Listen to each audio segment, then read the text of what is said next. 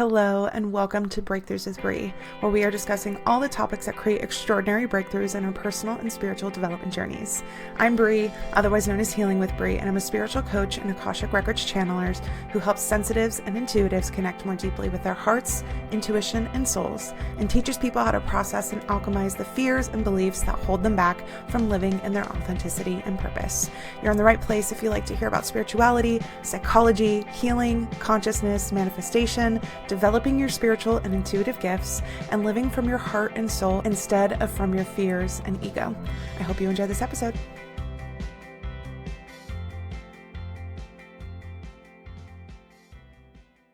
Hello everyone and welcome back to Breakthroughs with Bree. Today I'm giving you all my tips on managing your energy throughout the day, particularly throughout your workday. I used to be a corporate girly. I might be a corporate girly again, who knows? But I learned a lot about how to not get to the end of my day and feel absolutely drained and basically not have any energy left for the rest of my life, which was kind of the whole point. Was to work to live my life, but I was so drained by my work, I had nothing left for my life.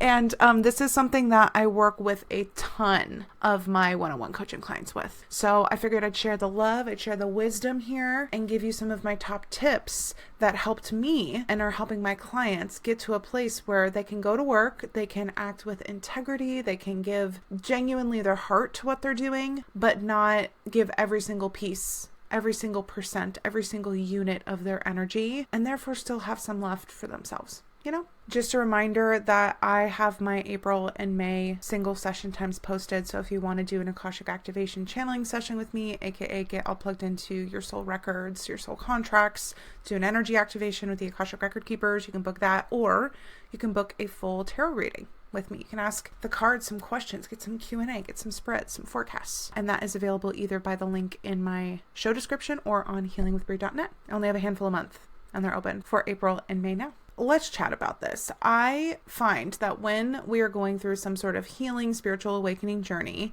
we get reconnected with the things that we really hope and dream of for ourselves. It can be maybe creative pursuits or just things that we want that maybe we didn't let ourselves want before. Maybe that's a side hustle we want to build. Maybe that's a different relationship with our kids and our families and being able to spend more quality time and do more joyful things. Maybe it's traveling. Maybe it's hobbies. Maybe it literally can be anything. Maybe it's even just feeling a better state of your health and being able to invest more time and energy into your physical health, right? And I find that there's a little bit of a rub of wanting all of these things, but still being almost like stuck in the old version of your life and the way that you go about doing things and feeling drained. Like you don't have any, quote unquote, you don't have time and energy, which we're going to talk about. But it feels like you don't have any time or energy. And it makes it very hard to try and create and move the needle towards and build momentum towards these things that you really want to create in your life. That's how I felt for sure. I was really feeling the beginnings of the inspiration to start Healing with Bree. And even when I knew that it was going to be Healing with Bree and I was doing it on the side of my corporate business, one of the things that forced me to have to do was become much more aware of my own energy levels and how to manage them so that where my energy was going was an intentional choice as opposed to something that was just out of my control. This was a really big step in my journey of feeling more empowered, because before, looking back, it was a little bit of a powerlessness, sort of a victim to however my day went, and whoever asked something of me was just who got that energy, and regardless of what I wanted to use my energy for, because I just didn't understand some of these things. So I'm hoping some of these resonate for you and you feel more empowered moving your energy towards things that are important for you. So there's a couple different aspects of this. There was a couple different approaches to this that made a really big impact. But the first one that I did was start with my own perception of what needed my attention and how much of my energy I was giving to things. My orientation tends to be more of like an anxious attachment. And so I would get in situations, even having to do with work. And if there was something being asked of me, if there was a meeting that I was on, I was like literally dumping all of my energy into it, trying to get it as good and as perfect as possible so people would like it and there wouldn't be like just like literally imagine like opening the floodgates up of your energy mentally, spiritually, emotionally, and dumping all of it on it, whether the task really called for that much or not, out of that like anxious urge to be able to do it right. And I had to do some of my own healing shadow work with that, because underneath all of that, there was a lot of fear about what happens if I don't do a task perfectly, or if I have to have an awkward conversation with my boss, or like, what if I lose my job? And like, all those kinds of fears that fuel that anxiety and tell you that you have to like literally dump every little piece of yourself into something just to be safe, even when there's a part of you telling you that that's not necessary or appropriate. So addressing the underlying fears that's motivating you to do that is very, very, very, very, very important. But it started with having awareness.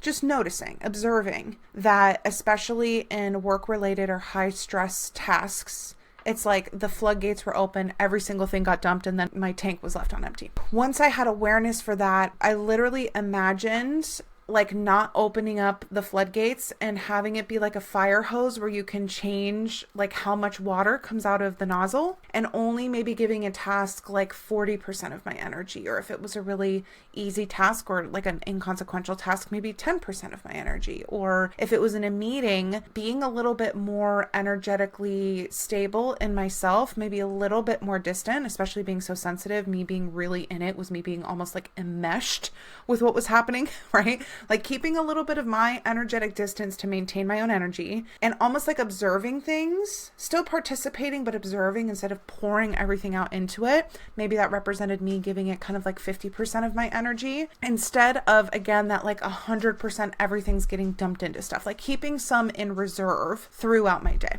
Now, again, I needed to do some mindset work about all of the ways that we've been conditioned and essentially guilt tripped to think that if we're not giving 110%, we're doing it wrong. But that is capitalism and consumerism trying to drain every single little piece of energy out of you so that the people that benefit get more money. There's no actual truth in that. I did a whole workshop on self-worth and deconstructing our ideas about self-worth that are really, really influenced by capitalism. And I do have that workshop available, by the way, if you want the full breakdown on that topic through my website and my digital products. But a long story short on that is that when the things that we need, material resources, are tied to something like our effort, and we think the only way that we can influence getting more things that we need is through our effort, and we're hearing and getting socialized with all these messages, like the only thing you can do is work hard to make it in the world, that's the only way to make money, that's the only way to make a good impression on people, then we have this underlying belief that you have to work harder and harder and harder and harder. And if you're not working harder, and if you're not giving 110%, then you might not get the things that you like actually need to survive.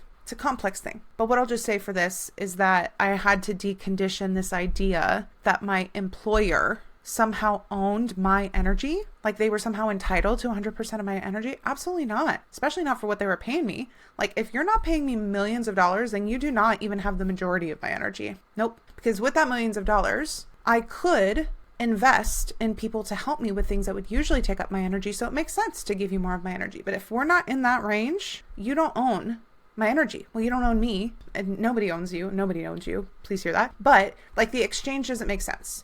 But who does it benefit when you think that the exchange of all of your mental, emotional, physical energy is worth the dollars, like maybe the couple $100s that you're making a day, that's somehow an equal exchange? It is not. Your energy is so valuable, so valuable. And it's nuanced enough to where you can still give some of your energy and create a wonderful product, one that is with your best effort that you have for that. That's an integrity. That's something that they want, right? Like they can get what is good for them, what you've agreed to as an employee, and not have the majority of the energy that's in your tank, right? I had to decondition a lot of that energy within myself. And again, I had to get my priorities straight. I was working to live, not living to work.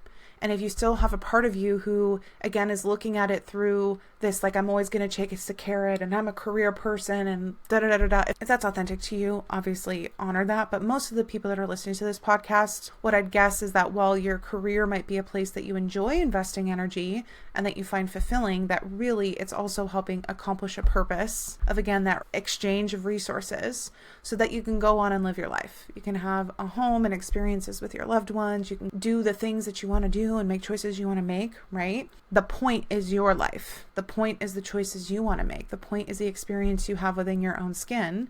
And your job is a way, a mechanism that you can create that experience. It is not the point. It is not the priority. And deprioritizing your productiveness, deprioritizing your merit in your job, and moving up on the priority scale who you are as a person, how much you're enjoying your own life, how you feel about yourself, the quality of your life outside of work, right? Prioritizing that is going to benefit everybody, first of all, but second of all, it just makes more sense. And it gives you more of that sort of mental leverage, that mental fortitude to be able to, again, not dump all of your energy into something like your job. Okay, so that's the first thing, is like getting our minds right about what deserves most of our energy. Addressing some fears that we might have about maybe not going above and beyond. Maybe just experiment with it. Experiment with giving something a 50% and letting people come to you and request from you if they want more, which also, by the way, opens you up for a conversation if, let's just say, you do want to raise at work and they are asking you to do more than your scope of responsibilities, to say, okay, you want me to do more of that job? Either what do you want me to take off my plate so I can get it done in these 40 hours that you have me? Or are we talking about a compensation adjustment to reflect the increasing scope of responsibilities? You know what I'm saying? Let them come to you, let them ask you.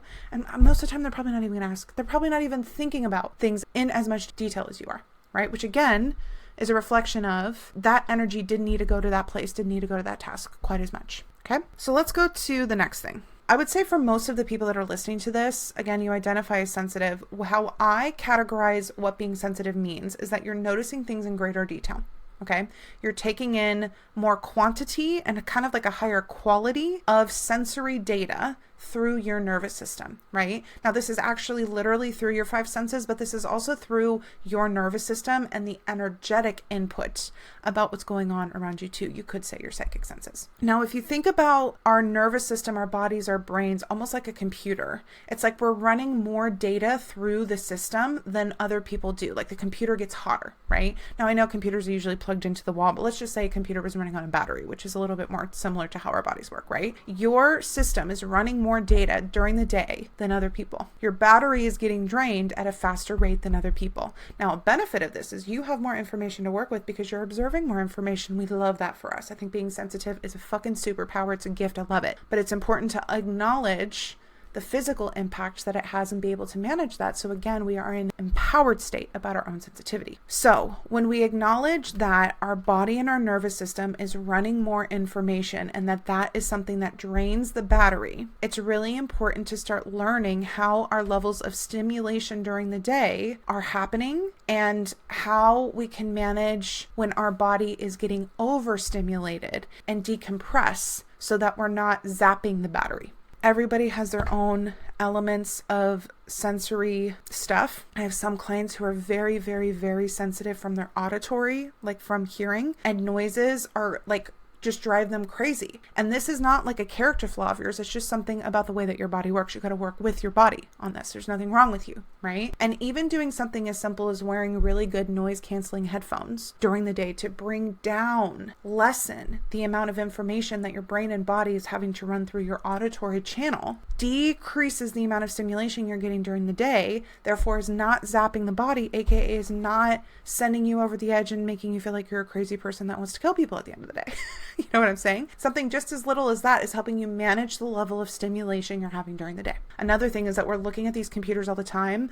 I get a little bit sensitive through the visual. So I can tell, like I can get a feeling in my brain behind my eyeballs when I've been looking at a screen a little too much. I could probably get some like blue light glasses or a blue light screen. I know that's supposed to help too. But literally, I get the feeling, and there's times during the day when I can feel I need to go sit and I need to like look outside, just at nature. No screens, not my phone. Sometimes I'll even put an eye mask on and do a quick meditation so my eyes are straight up closed and there's no visual input as a way to decompress and let that part recharge. Or like visual clutter too, like in my life or on my screen, like all of these things are to help manage the level of stimulation I'm getting through that sense, right? I'm also like other things, I'm very sensitive with my skin and like clothes and that kind of thing. So even wearing certain clothes that don't create more of a sensory load for me throughout the day, huge difference. As soon as I get home, changing my clothes, or maybe like having a part of the day where I'm taking some, I don't know, but like that's an example, right? Other things I learned about myself is that driving is a very, very, very, very high sensory activity. The car is moving on either place. You're having to use your depth perception. You're listening to something on the radio. You're doing this. You're having to do that. Like spatially, like there's so much going on when we're driving. The energy of it all, like one of the biggest things that zaps my energy is driving. And I had a job where I had to like drive to a bunch of meetings and commute or whatever. Being able to manage however best that you can, like your body's sensory experience while you're driving. Great. You might need to drive less. I had a little cushion to help with some of the pain. Maybe it's soothing music. Maybe it's stopping after you do a long drive, giving yourself a little bit of time to where you're not rushing in, but where you can close your eyes, you can recenter your energy, you can drain, release, cleanse maybe energy you picked up while you were driving. You can regulate your nervous system a little bit before you then walk in to where you're going. Or because I'm in a city with crazy traffic, LA, I literally have car snacks. So if I get stuck in traffic that's longer than I was anticipating and I can't get to like water or food like I normally would, I literally always have water and food in the car with me. So my blood sugar levels are not dropping and spiking. I have like high protein snacks. I have snacks with a little salt so I can get some sodium. Also helps with like my electrolyte levels, right? Like doing little things like that to manage some of those experiences through my day were a game changer. Game changer. This brings me into a similar point, but not exactly sensory related. It's doing the stuff that actually helps your physical body, okay? Again, if we're looking at our body as like a system that's running that's got a battery, right?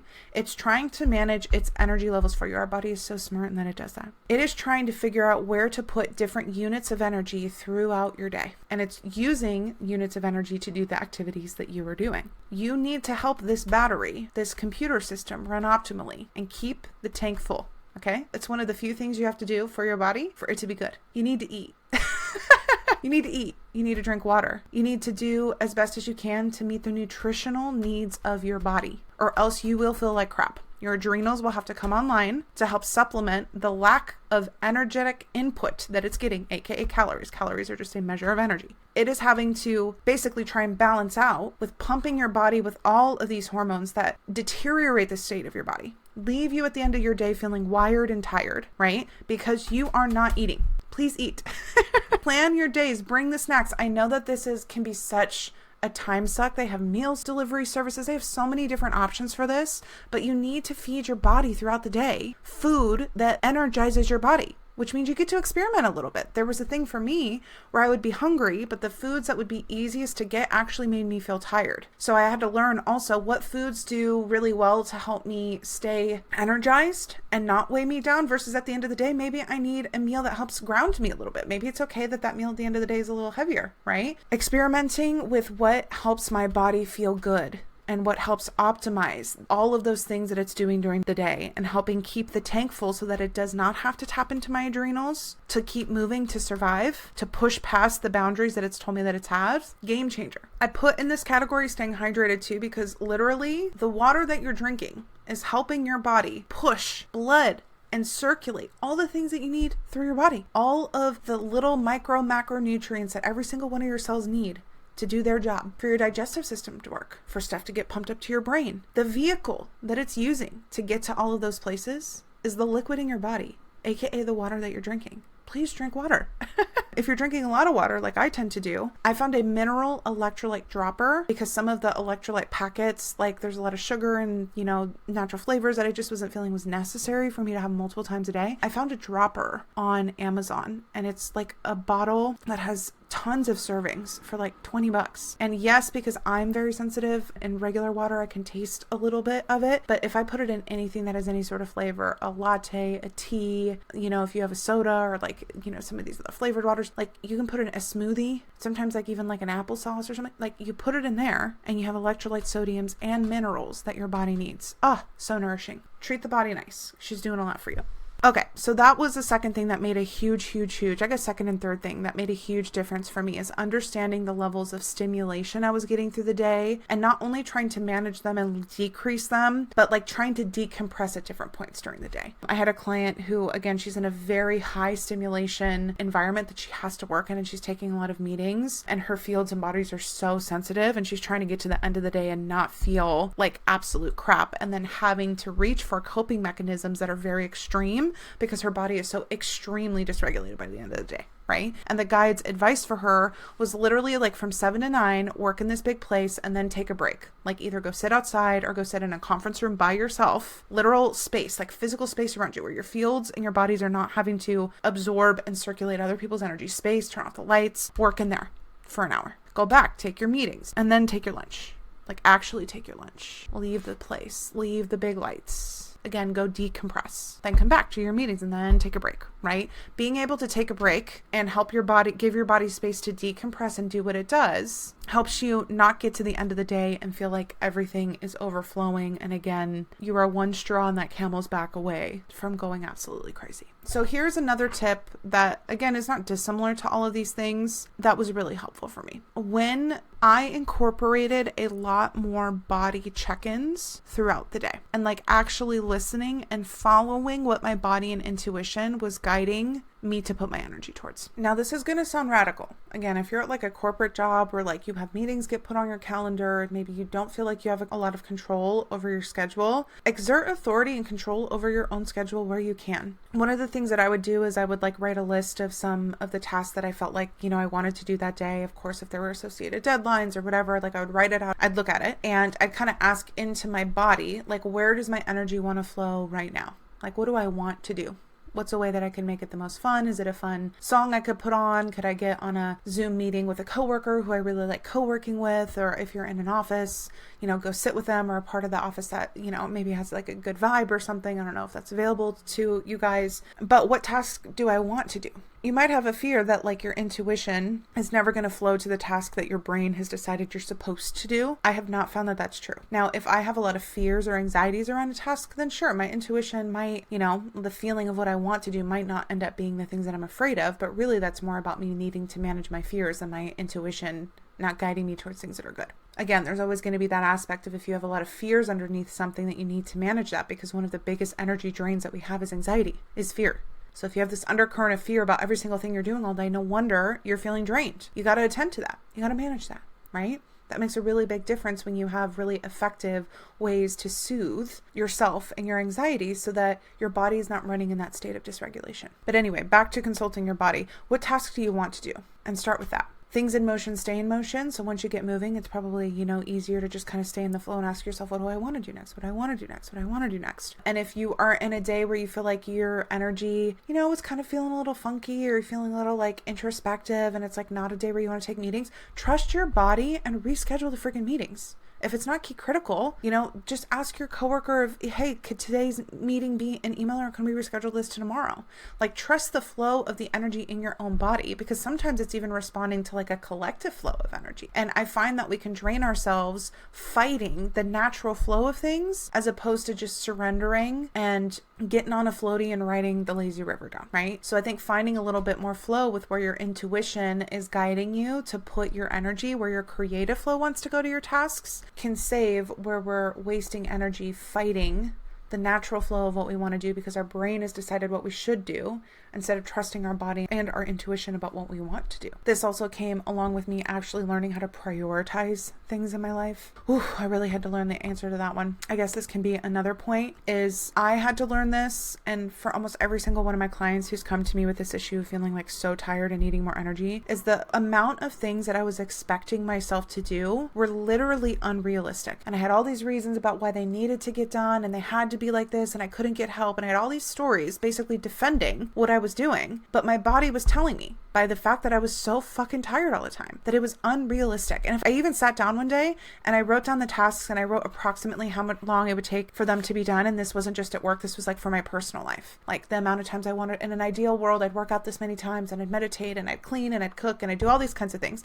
I literally did the math about approximately how long those takes me with the commuting and with the and all that. It literally was more hours in a day, more hours than I had in a day, in a week. It was crazy. It was literally unrealistic. Okay. Again, our body, in order for us to have a net positive output of energy, we have to like almost look at it like a formula. How many activities are taking away energy and at what rate, right? Because some tasks take more energy than others, right? Energy going out versus the tasks where energy is coming in. Our quality of sleep, the things that we're eating, are they nutritious? The things that bring us joy and fun activities put back in the tank, connection and support with other people, opportunities of stillness and quiet, like all of these things put back in the tank. And a lot of the other tasks that we're doing are ones where we're having energetic output. And that's great. We need both input and output. But when you honestly look at the expectations that you have for yourself in your schedule, what is the balance of that? Because I'd wager that you have way more expectations for your output then you have balanced with your input, or that's really realistic for your life. And until you change those expectations, until you prioritize and let things drop off the list, that's just not going to get done this week. It's not going to get done today. Me not feeling miserable and exhausted is more important than that task getting done. Or maybe me feeling miserable and tired is not worth my pride in not asking for help. So maybe I got to ask somebody for help that I wouldn't usually ask, my partner, or, whoever, coworker, for a task. We got to get honest with ourselves about what that input-output exchange looks like, because right now, a lot of you probably have way more output, which makes sense. Your body is exhausted. Your health is deteriorating. You're not feeling good. If you want a net positive input, you got to manage your energy and make choices for what you're doing with your time and energy to have, relatively speaking, more input. Is that also being reflected in your finances? Do you have more output expenses than you have input?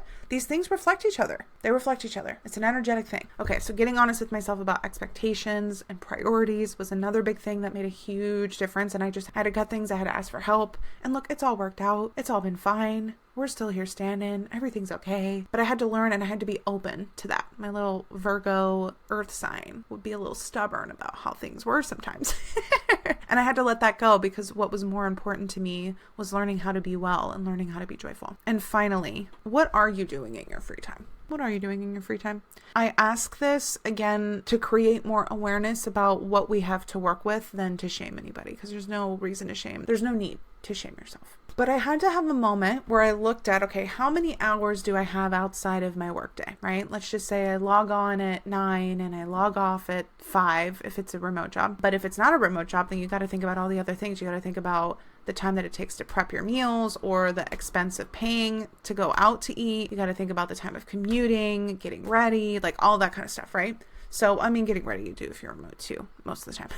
But literally think about it. So let's just say if I'm starting at 9, really, I'm getting ready and all this kind of stuff at 8. I really sleep until 8. Let's just say that for the purposes of this example. And then we finish up at, let's just say 4:30. Okay. 4:30, probably there's a snack happening. There's food, because again, we need fuel. Just the 3 meals a day, it doesn't always work for people. I do a lot of mini meals. That's what's really good for my blood sugar in my body right now after what I've experimented with, right? So maybe you take a little time to feed yourself. Maybe you have to take a little time to decompress. Regulate your body. And then let's just say you want to go to the gym, but the gym is at least an hour and a half endeavor. By the time you drive there, you get back, you take a shower. That's great. That's fine. Then you want to have dinner. Maybe you're cooking. Maybe to cook is a 30, 45 minute endeavor. Then you want to watch a show. Great. Have that quality time with your partner, yourself, your dog, your kids, whatever. Maybe that's an hour or two of a show. Like, what time does that put you at night, so that you can have a sleep routine that helps you get the most amount of sleep, since sleep is our highest quality input activity we can do. It is our most impactful regenerative activity we could possibly do. So if you're trying to focus on one thing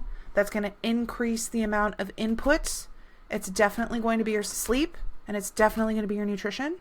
And if you're trying to look at the number one thing that helps minimize the output, managing your anxieties and your stress is a huge one, because that's always running in the background. And I would say your levels of stimulation during the day, like your sensory stimulation. Those are going to be your 2 most high impact areas. I digress. Coming back to the nightly audit. By the way, I think that could probably also be a clip. How much time do you need to effectively wind down for bed? Maybe you want to read, maybe you want to get off your phone right before bed, which I highly recommend, or maybe that's the point where you do a little journaling or a meditation or whatever it might be. Maybe that's the time where you prep your food for the next day, or you tidy up your kitchen, or whatever it is. Do an honest audit of how much time you have from the time that your workday ends and the time that you go to sleep, and see how many hours you have to work with. And then look at what you'd really like to be doing. That's your time to invest in your life. Weeknights are not just shot because it's a weeknight, right? Even if you have kids and part of it is that you got to drive them to this activity or that activity, is there something you can be doing while you're sitting there at their activity, right? Where can you make the most of the time that you have for stuff that you want? Same thing on your weekends. How many hours do you have, and how are you using them right now? What I found, both for myself and working with clients, is that because they're so overstimulated, because they're so dysregulated, because they're so exhausted by the end of the day, they're reaching for really intense coping mechanisms because their body is trying to help them find balance, right? If you're gardening a little bit, if you're having a glass of wine or a beer or whatever, those are really extreme mechanisms to help the body finally calm down into a grounded state, because you've been up and stress and stimulation and go all day, and you've not cannot manage that. And now you're so high up that your body's got to take you way down in order to create balance, to reach more of an equilibrium. If we weren't in such an extreme, by the end of the day, our body might not feel as much of a craving for that, right? Again, we're not shaming that tool because that tool is having a function. It's serving you on some level. Or if you have absolutely no mental capacity, if the thought of like sitting down to read a book that you've been wanting to read or to work on a creative project or side hustle at night, like is not even a thing because you have no mental energy, maybe start managing your mental energy throughout the day. Again, maybe start attending to what things help input your brain function. There's a big thing on nutrition there, and see what you are doing instead. Is it maybe like that it's like a reality TV thing? That can be a thing for me, or just kind of like an easy watching TV where like your brain doesn't have to do anything. Is that what you tend to do? Again, there's no shame, no shade, no hate to these things. These things are functioning for you in some way, but it's like looking at what you're doing and is like, is there a more effective way? Is there a more mindful way that I can give my body what it needs? Or can I kind of curb what's happening earlier in my day so I don't need such extreme tendencies, or my body's not so dysregulated to where I don't even feel like I have capacity to try something new? Because that's another thing too. When we're so intensely dysregulated, our body is incredibly resistant to change, and we feel very, very strict. We feel very, very stuck in old patterns because that dysregulated state keeps us holding on to strategies that feel familiar and that feel like they work for us. And it does not want to try new things because new things are dangerous according to the ego mind.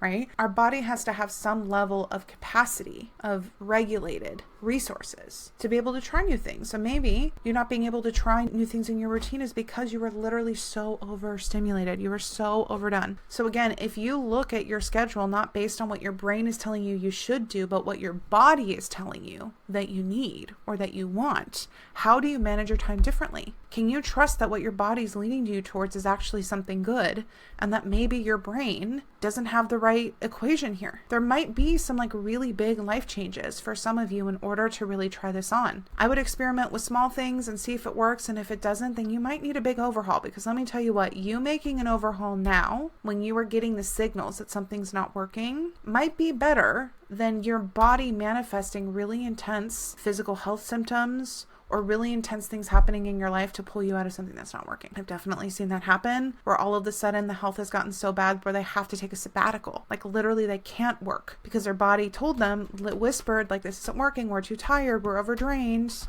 more output than input, and the body manifests that. Well, they sure as heck got a time to take a break and take it slow and reconnect with the body on that sabbatical. I'll tell you what, you know? Or there might be other like crazy things that happen. And honestly, if those things happen and that's your path, that's fine too. Like, again, no shade, no hate. But like, if you're trying to take an empowered approach to how can I manage my energy levels in my life and my day so that I actually have energy for things at the end of the day, these are all questions and areas of life we got to look at. These are things I had to reckon with and I had to make big changes on in order for me to feel like I had energy to flow towards things that wanted to come through me. My last thing too is that I hope that whatever you are wanting to flow your energy to is a reflection of something that brings you joy or that you enjoy in some way, and not another expectation or should that your brain is coming up with. Those things are a lot easier to access. Those things are a lot easier to do because they're also energy giving at the same time when we really enjoy them, when they are a source of pleasure, when they're a source of excitement, just like the process of doing it is fun to us. Those things have like a lower barrier to entry, right? When I just like can't wait to get to the end of the day to make, I don't know, a TikTok about a card pull and this funny idea that I have, like that's giving me energy and I'm so excited to do that, right? Or if I just love a certain book series and I want to have more time to read it, I'm like looking forward all day to doing that thing, that's fun. Or if, you know, even if there's like a little bit of work for something ultimately that I want, like I'm still enjoying the process of getting myself to the thing that I want. Maybe it's a school program that you want. Like if you're so excited about that, like that in itself is fuel. Again, input into this whole equation here. So tap into the joy of it. Tap into the excitement of it, because that's also something that can give you that energy and that motivation to finally be able to invest some of your time into it. Your joy and your pleasure has purpose. It does not have to be earned. There's a greater design to it all. There's this divine design that literally is built off of our impulses for what we want, what we enjoy, and what brings us pleasure. Like that's the way that the soul motivates us. That's the way that the soul speaks to us. So You deserve to have things in your life. It's actually quite necessary to have things in your life that are based off of simply having fun, being creative, having a silly, goofy, fun time. Build more of those into your schedule. Let those be things that are prioritized. Let those be things that literally are the wind in your sails as you come through the day. And hopefully your life starts to transform to look more like the one that you're dreaming of, the one that you're inspired by, the one that you're excited by, because it really feels like that's the way to the sort of fulfillment and purpose and abundance that our soul really has for us. Guides, is there any final tips about managing energy through the day? Oh, they also wanted me to remind you to go back and listen, if you haven't, to my episode 70 about how to stop absorbing other people's energy. Part of what might be happening is, again, there's a little bit of an anxiety thing underneath all of it, that we're reaching into other people's energy and picking up a little bit too much throughout the day. So if you want to hear my tips about how to stop absorbing so many people's energy, so again, you're not like running more data through the computer and sapping the battery, that's episode 70. And the other one that might be really helpful is episode 39, energy cleansing and energetic hygiene. So basically that's helping how to like let energy out of your body, because it can also like weigh everything down when you have energy that's coming in that's not going out in equal measure. So it's like how to circulate energy out of your field, and also how to be a little bit more empowered about what energy is coming into your field. Each episode is kind of like either side of that. And those are all very important things that help manage the energy levels and really the health in your body. So as you're moving through your day and your week and your jobs and all that kind of stuff, you feel more empowered to keep your vessel, your body, running in a more vital, high energy state. And really my last recommendation, which again is going to have a very big impact on your energy levels, is you feeling more joy and pleasure in your life. And I also have a whole episode on that. That is episode 42, feeling more joy. I used to literally be the kind of person who's like, what does that even mean to feel more joy? Like, what does that even mean to have more fun? Like, I can't just go like drop everything to just do some silly activity, right? I had questions. So if you're somebody that feels a little confused about that, I did a whole episode about how joy can come into every little thing in your day, as well as like bigger concepts of it. So depending on which one of those areas, as you were listening, you scratched your head on a little bit about, those are where the episodes are for you. I love all you guys so much. Let me know what you think about this. Let me know if you have more specific questions about how to manage your energy level through the week or through your workday, because I would love to do more topics on this. Maybe I'll do a little workshop on this. Maybe I'll do a whole program on this, because this skill set, it does take time to learn, is a huge game changer for us all. All right. Love you guys. I'll see you next week for more breakthroughs. Bye. Thank you so much for listening to this episode of Breakthroughs with Brie. But before you go, please take a moment to either rate and review the podcast on whatever platform you're listening to it, or share this episode or maybe one of your other favorites with friends or loved ones that you think might enjoy or benefit from this content. Both of those things help more than you know, so that I can keep creating these episodes to help us all have more breakthroughs. Remember, you can connect with me on social media, sign up for my email list, hear what products, services, or events that I'm currently offering, all in the link in the show description, or by visiting my website, healingwithbrie.net. Thank you from the bottom of my heart for your support and for the time that you're taking to heal yourself and align more with your beautiful soul, as it helps us all so much more than you realize. I'll see you all next week for more breakthroughs.